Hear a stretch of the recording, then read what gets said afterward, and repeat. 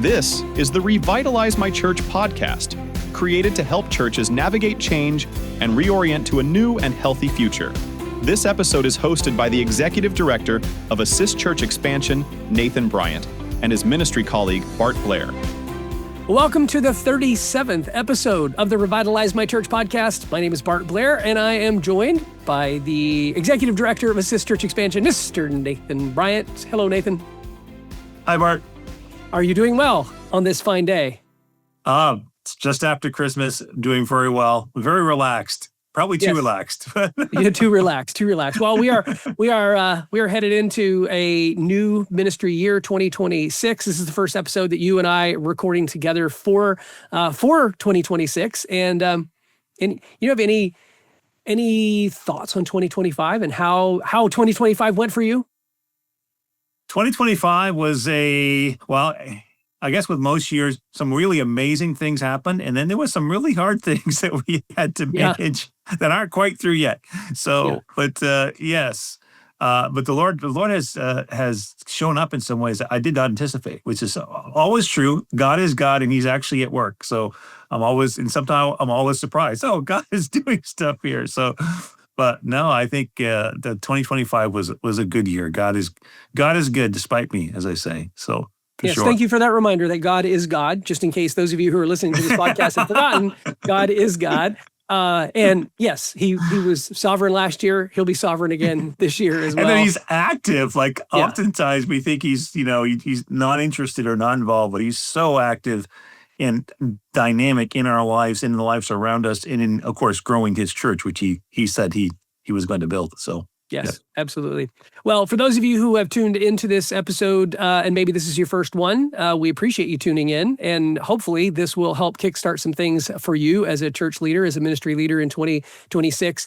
We've been producing this podcast since the summer of 2024, and our goal is to help churches navigate change and reorient to a new and healthy future. It's not about making small churches into big churches. It's about helping churches that need to revision, revitalize, or restart find footing and find healthy systems and processes that will help them do that. Now, as you just said, Nathan, Jesus said He was going to build the church. And I would say, to the degree that it depends on us, we should just position ourselves to learn and to do the best things and the right things that we know how. I would say if I look back on 2025, I invested a lot more energy into just learning from other people who are walking in the same space that we are, in coaching churches through revitalization and replanting, restarting. And so it was a great year for me. I learned a ton, and I'm excited about being able to, apply some of the things that I've been learning into the context of some of the relationships that we have with churches, and also continue to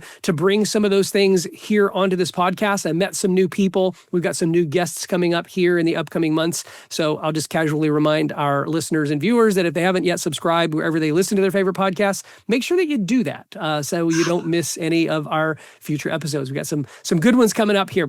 Today, Nathan and I are going to spend a few minutes talking about failure, because we're pretty good at it.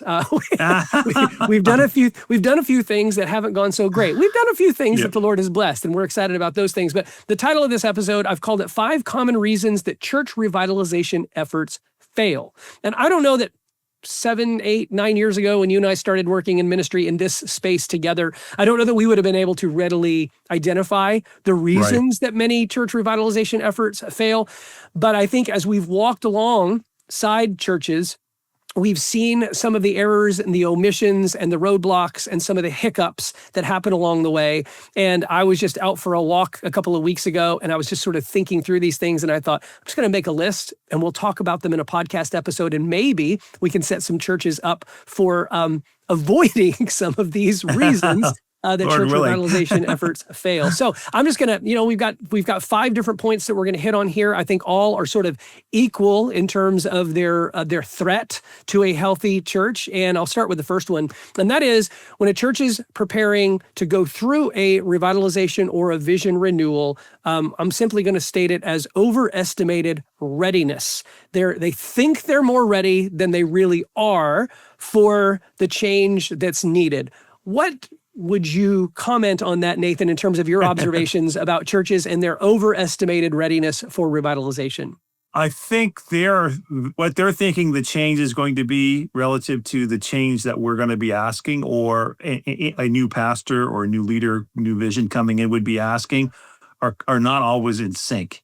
And so they're thinking changes, we're going to get a new leader, or it's not always getting a new leader, but most of the time it is getting a new leader. And we're going to start growing and instantly, and we'll keep everything exactly the same, but things are going to start happening that never happened before, and so in their minds. So, and they're thinking, well, we're going to see some change, but I think it's more it's not tactical, like in terms of how they actually think change is going to happen. I don't know what they think the change is going to be for most of these people. When I talk to them, they're like, oh yeah, we're ready for change. We'll do whatever it takes. And then the guy wants to change the color of the back wall or take a painting off the wall. They're losing their minds. It's Right. like, we're ready for change. You can't even take a picture off the wall. Are we serious? So yes, I think, yeah. And also I would say sometimes that you have the core leaders who are ready for the change, and really want to see and know the sacrifice it's going to take to do it. But the people themselves aren't ready, and they haven't been prepped to think about and process what that would look like and buy in to the change that needs to take place that's moving forward. Yeah. Yeah. Big Some of one. the notes that I jotted down were, their hearts are saying, yes, we're ready for this. Yeah. Their heads are not quite ready to follow their heart, right? And the head sort of gets in the way of it. And part of it is that I think they're unclear about how much change is actually going to be required. They're looking for a silver bullet, a couple of quick little things that they can implement, and we can quickly lower our average age from 70 to 35. Like that's Or 25. We just make a couple of changes here. Yeah. I think a lot of times, and this is where you and I start in our revitalization process, is we start with the cultural changes that need to happen inside the church versus the actual practical changes. So a lot of times the churches want to race to what do we need to do? And we always start with the question, who do we need to be? And so I think there's a failure sometimes in not identifying some of the cultural and the social barriers that may exist between the congregation and its own culture and the culture they're trying to reach.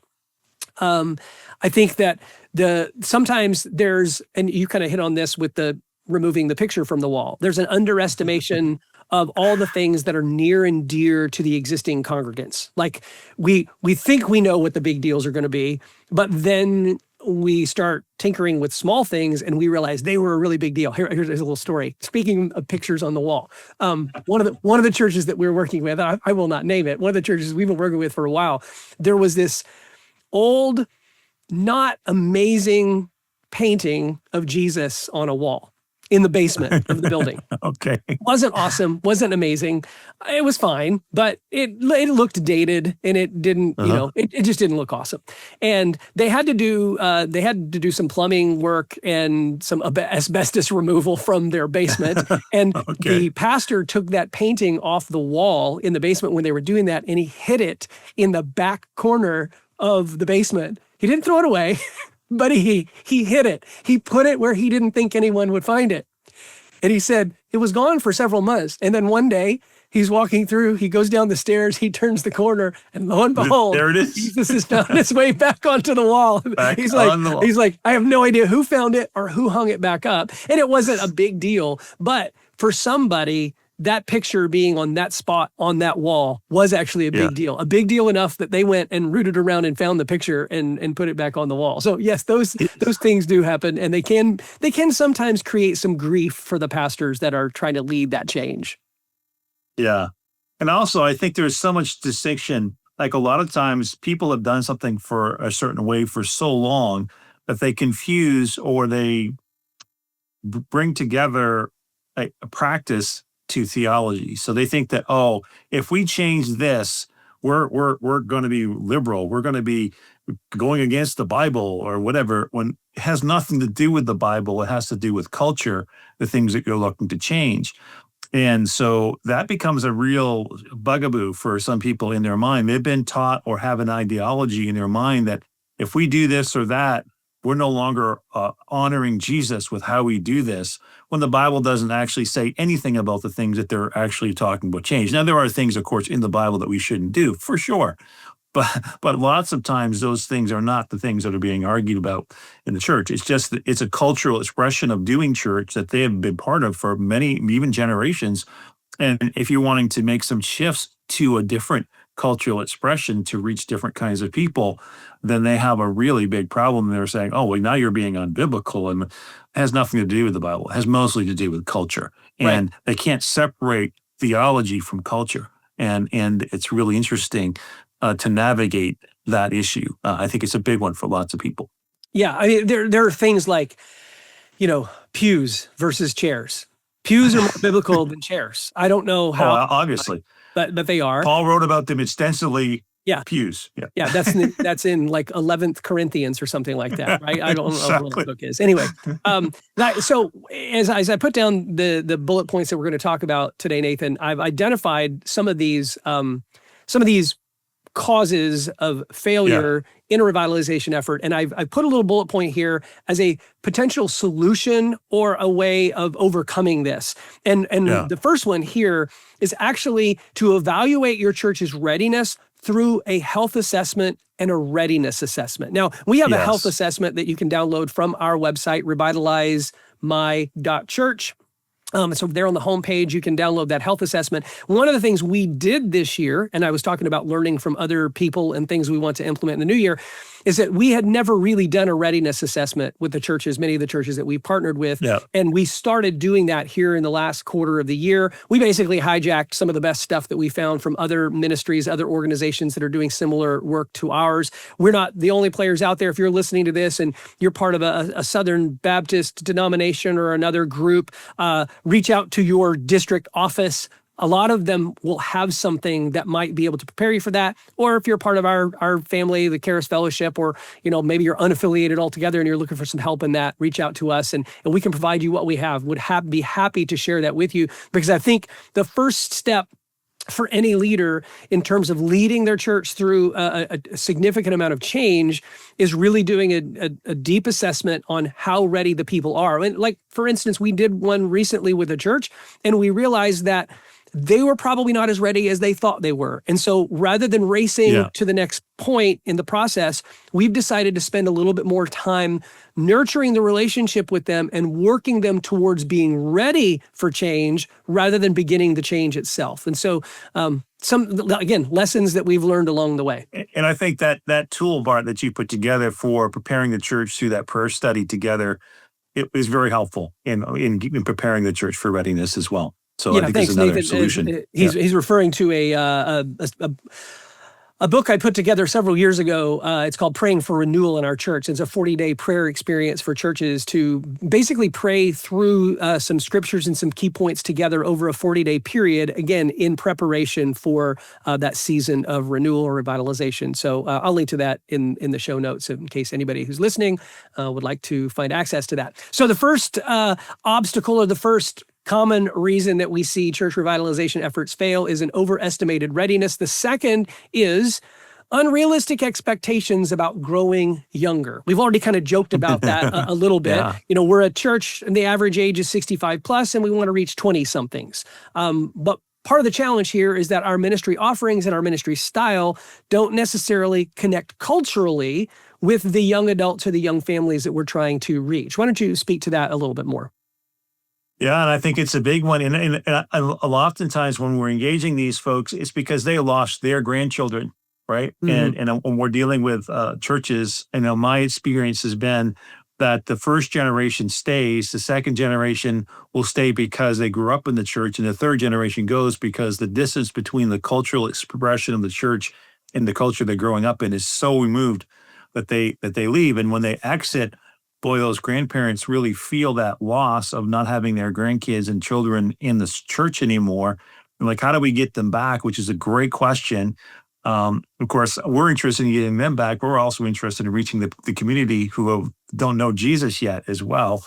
And they think, well, if we just do this or that, it's going to magically happen. when it's the dissonance between the cultural dissonance between where they are and how they express themselves to the current culture is really far removed. And I usually use this illustration that, when the church peaks, whenever the peak of the church is, that's what the identity of the church becomes, typically, not all the time, but most of the time. So the church peaked in 1995, and that's when it had the heyday and people were getting saved and discipleship was happening and people were growing in their faith. That becomes the identity of the church. So whatever programs, the style, music, whatever, all of that is the same. And the people in the church who came to know Jesus and grew in that season, they think that that's how everybody grows and how everybody comes to know Jesus going forward, because that's how they came to know Christ. And they're not necessarily wrong, because people still can come to the Lord that way. And there's nothing wrong with that method of church or style at all.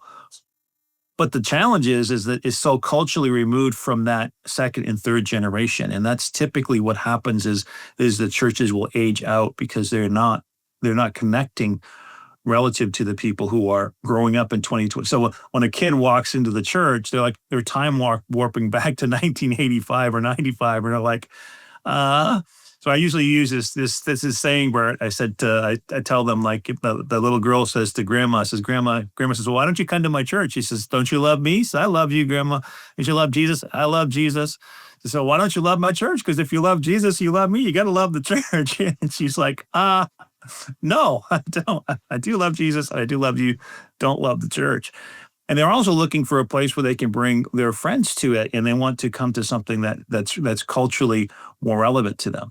And so that's a big deal. It's a big change. Now, the problem is that the people still have in their mindset that this is the only way you can do church. They have been doing it for generations. And so that's a big challenge, Bart. It's a really, really big challenge. I think, you sort of stepped on a landmine by using the term culturally relevant for a lot of churches that are struggling, that are aging out. That terminology can feel somewhat unspiritual.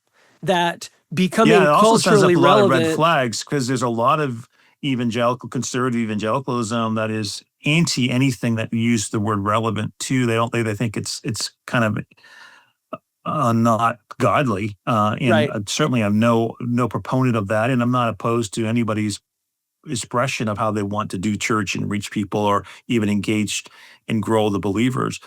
But I think there has to be a sense that we are trying to engage people who are in a certain culture. And if we went to a foreign nation and they have a certain culture, we wouldn't say, no, you need to be our culture in order for us to reach you. No, you adapt. And like Paul says, we become all things to all people, but by his grace, we might reach some. That's what we do. That's the missionary engagement that we need to take to be effective, if not even the expression. I think that's the other piece for me, Bart, is everybody's always focused on the experience on Sunday.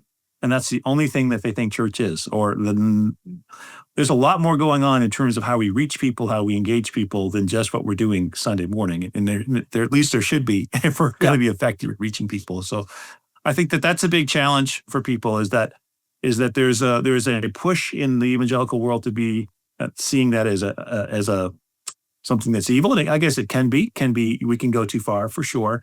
But I think we have to be actually looking at how we connecting with the people who we're trying to reach, that God's called us to reach. And that's something that has to be front of mind for how we're engaging our focus, especially if we're trying to get younger and reaching a younger generation. Yeah, you use the term cultural dissonance. And I think that I think Jesus is the best example of this.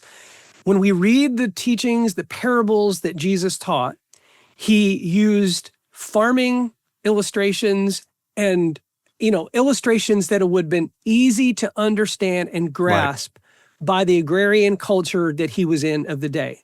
And you use, if I watch, there's a particular pastor in the UK whose sermons I listen to every once in a while. He uses football, aka soccer illustrations, because his audience he's in a city that has a huge soccer team, football team. Yep.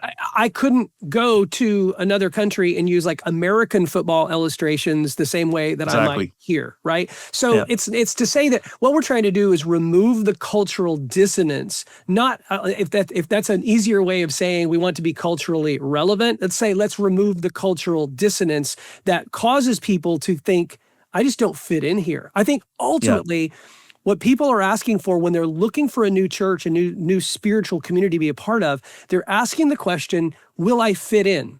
And when our culture inside our church is geared more towards the 60-something or 70-something person, it's a person who's 25 or 30 is not going to naturally feel like they fit in. So here's my recommendation. I said that we're going to provide a solution.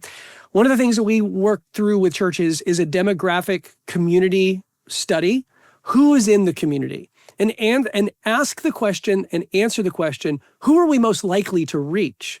Like, you're not necessarily, a lot of churches are like, well, if we just go and hire a young pastor with a young family, we'll naturally start getting young families to come to our church. We know that's not true. We've had churches that we've worked with that have young families in them, but they're the second generation.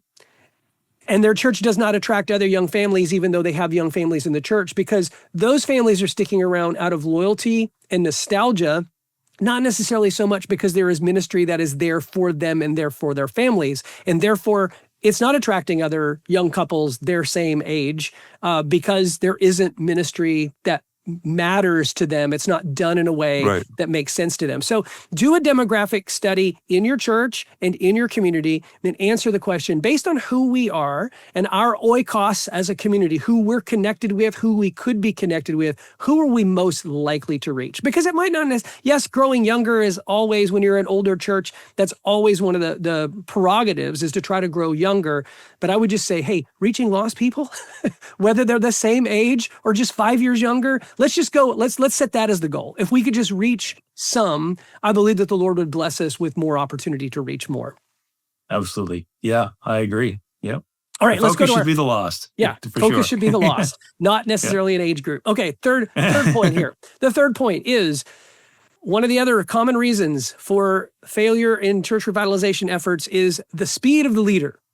And we have two things that we could talk about here. The most common is the leader who moves too fast, but we could conversely say sometimes the leader moves too slowly. Why don't you talk a little bit, Nathan, about the leader who moves too fast? You've seen this. You have a front row seat for a couple some of these. Oh my goodness! Oh, it's the most common problem, and it's completely legitimate because the leader is coming in to bring change. He sees the need and wants to make the change.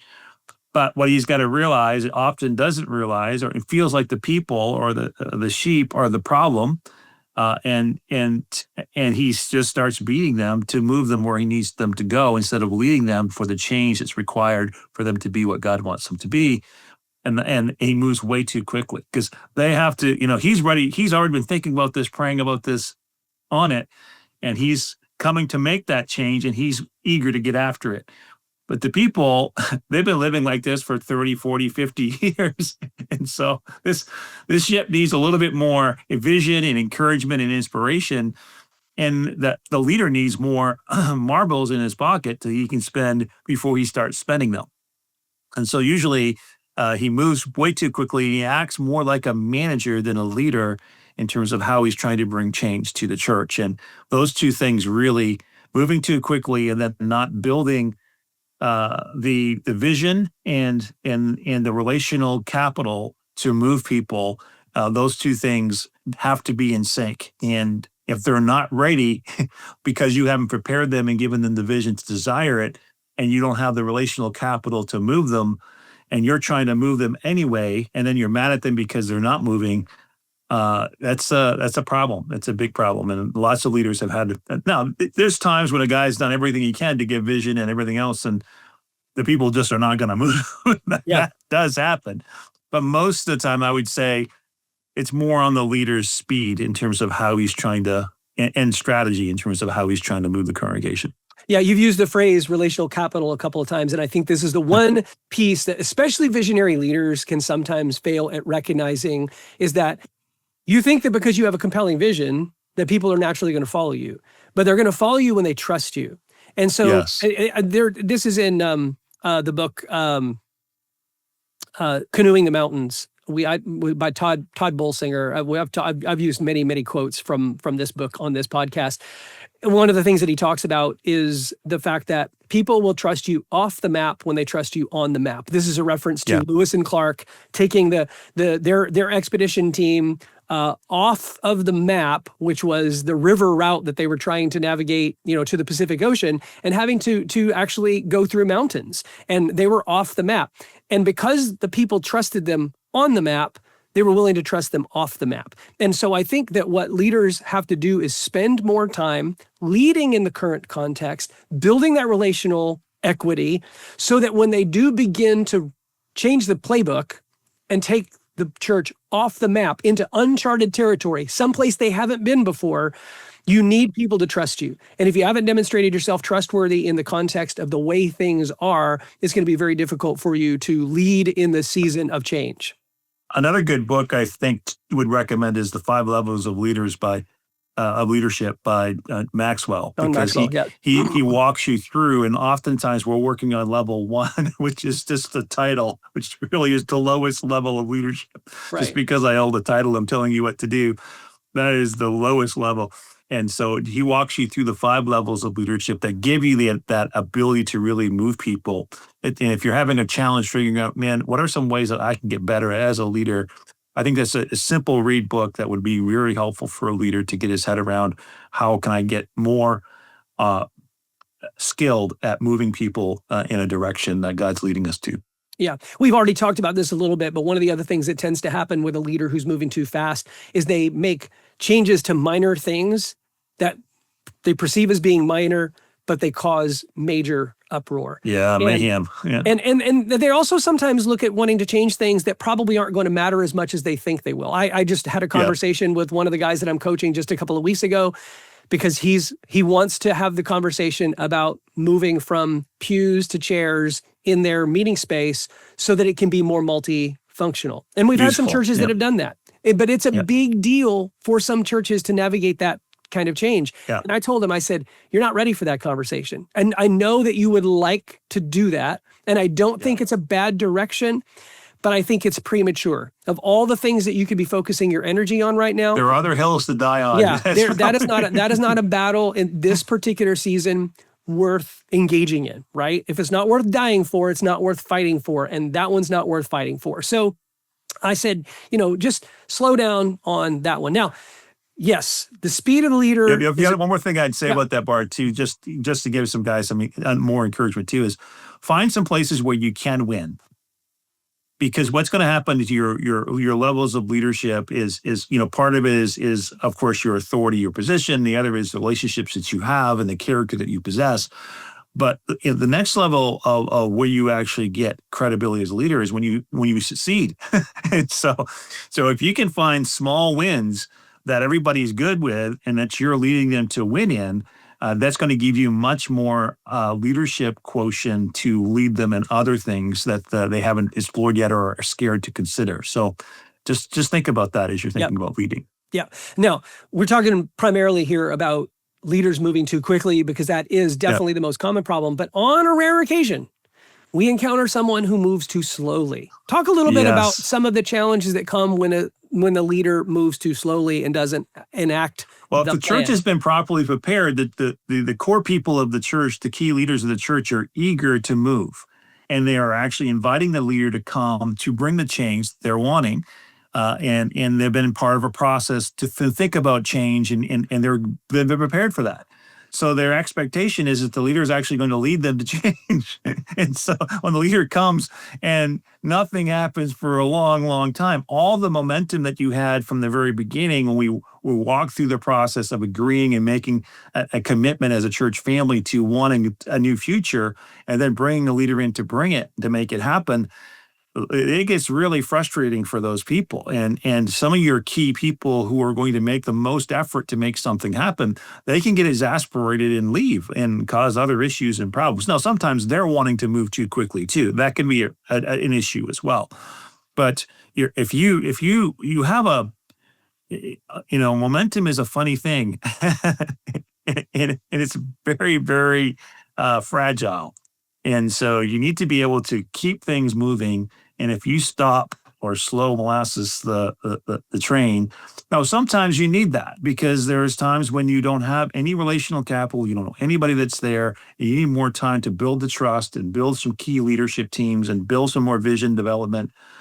But other times you've done all that and you're just, you're not leading the church. Mm-hmm. And when you do that, you're in big trouble. And the church is in big trouble because it's you're frustrating the people who want to move, and you're staying and you're quicksanding the people who already don't want to move. So you're putting yourself in a really difficult spot by doing that. Yeah. I think, burnout for those that are going to be most likely to help you is, they get burned out waiting. They get discouraged. Exactly. They get frustrated. And here's a little litmus test. If you have a very long list of should-dos that aren't being implemented, you might be moving too slowly. Look at your list of, we should do this, and we should do this, and we should do this.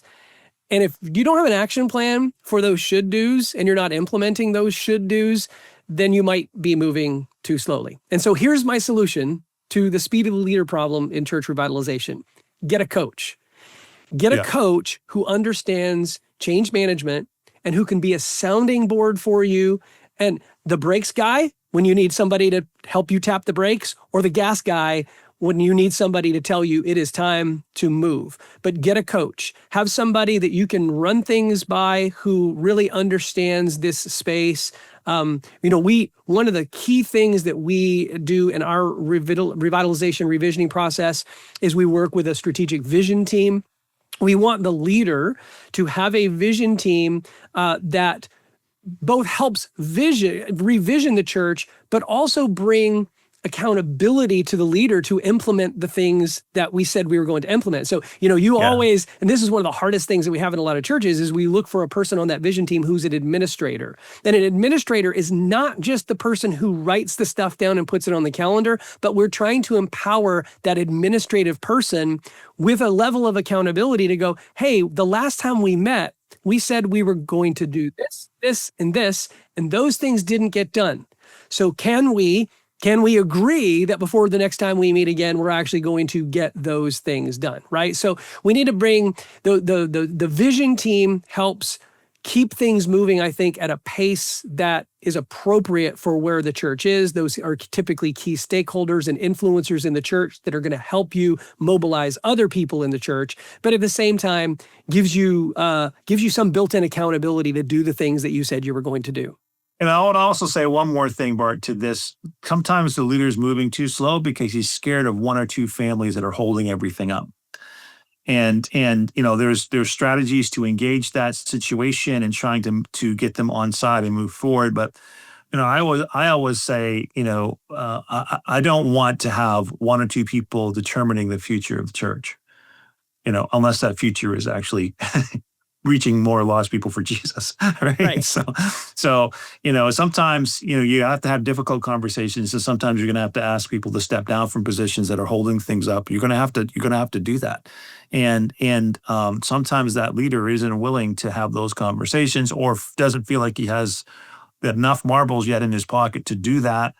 And so like having a good coach will help you think that thing through and make good decisions, but not letting one or two people in the church control the church. And that sometimes we can do that because we're scared of losing them. And the future of the church shouldn't be limited by one or two people. Yeah, for sure. Okay, number 4. Although it usually is. Okay.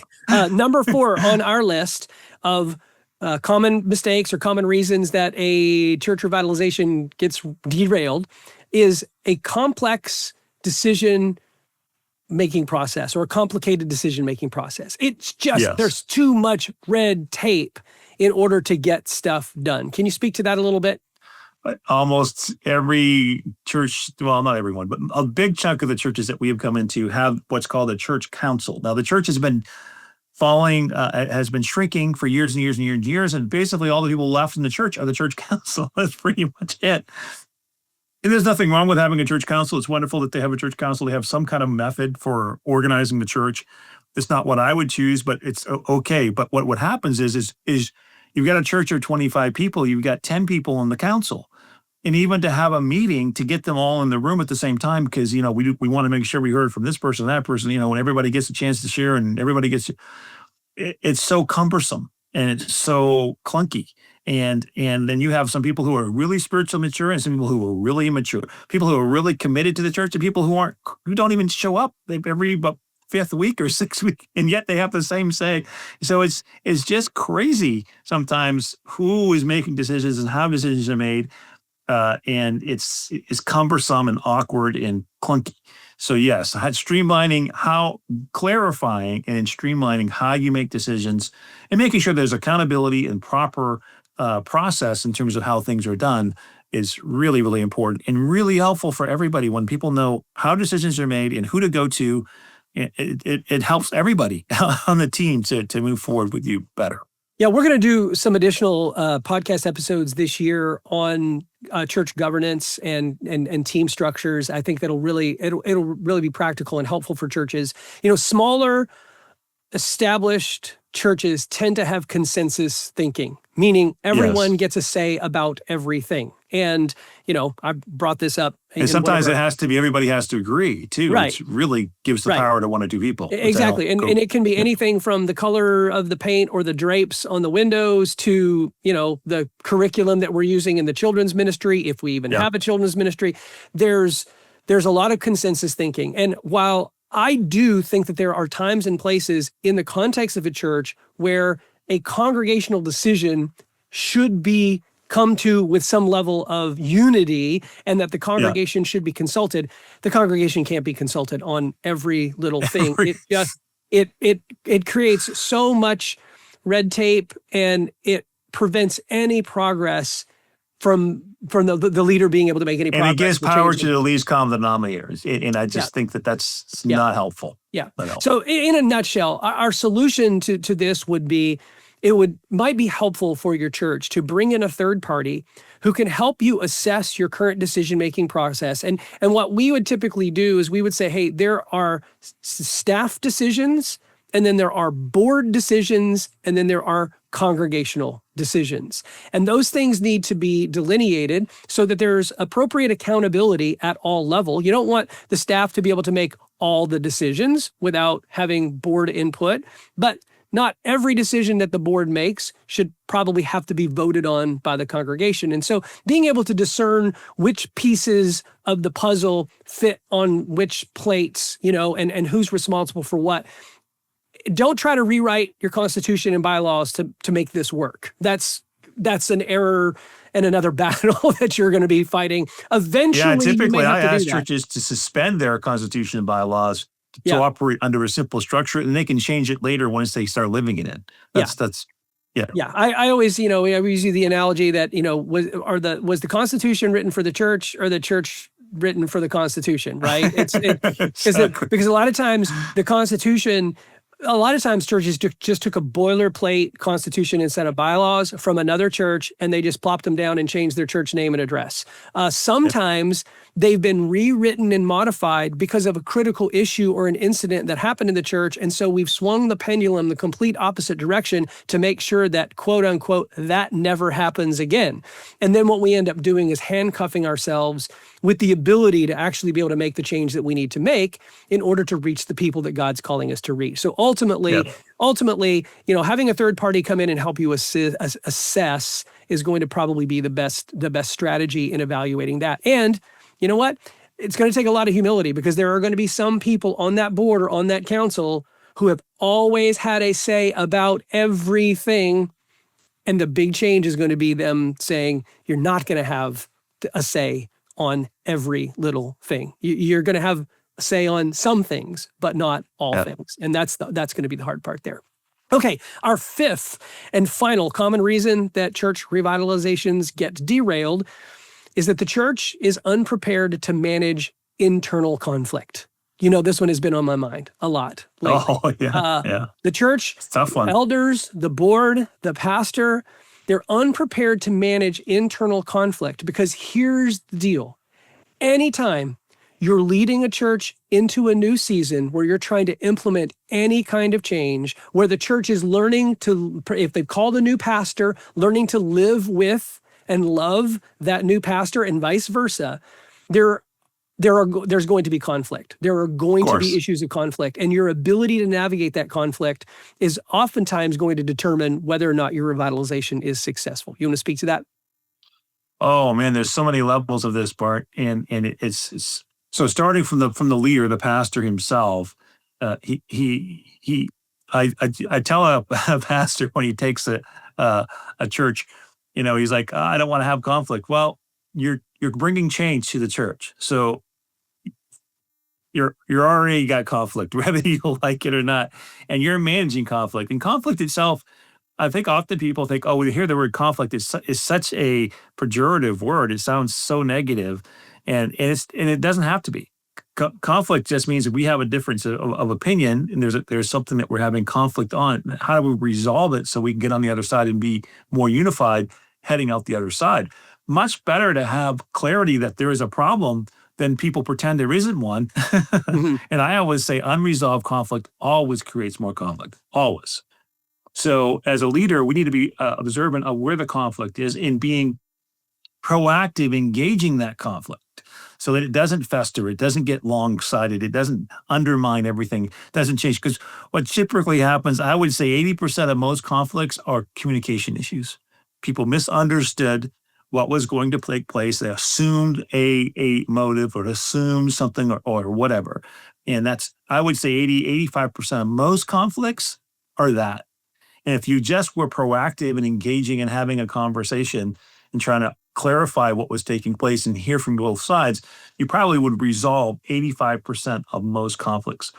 But other conflicts are real. Like the people have different opinions and they have a different position and they have something that's affecting them, or maybe they don't like the person. Like there's real things that take place.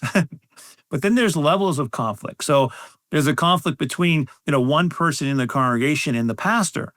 Well, that's a challenge. And so how does the pastor navigate that conflict? Well, my recommendation is that he addresses the person. If he doesn't get clarifying resolution, it seems like it's going to get more explosive. And he goes with 2 elders to speak with the person. Never go by yourself, and never as an elder go with 1 elder.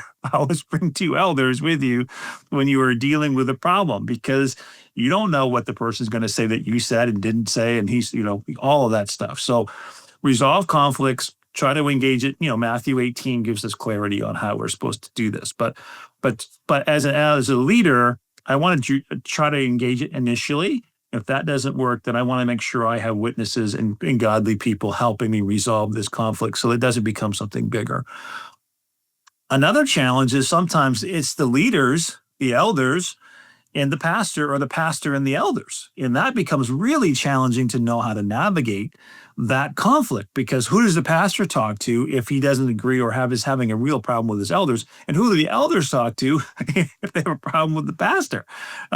It's a really big challenge. Now, that's why I think a lot of people would poo-poo denominationalism or being part of a group, but I think that's a benefit of being part of a group, because now you have a higher group that you can go to, a district or other elders or leaders that you can defer to and say, hey, we need some help here, guys. Come help us look at what's taking place and help us mediate this conflict. And I would say, the sooner you can get things mediated, the quicker you can get it done, the better. And if there's any conflict needs to be nipped in the bud as soon as possible. And good leaders see conflict, they manage conflict, and they deal with conflict.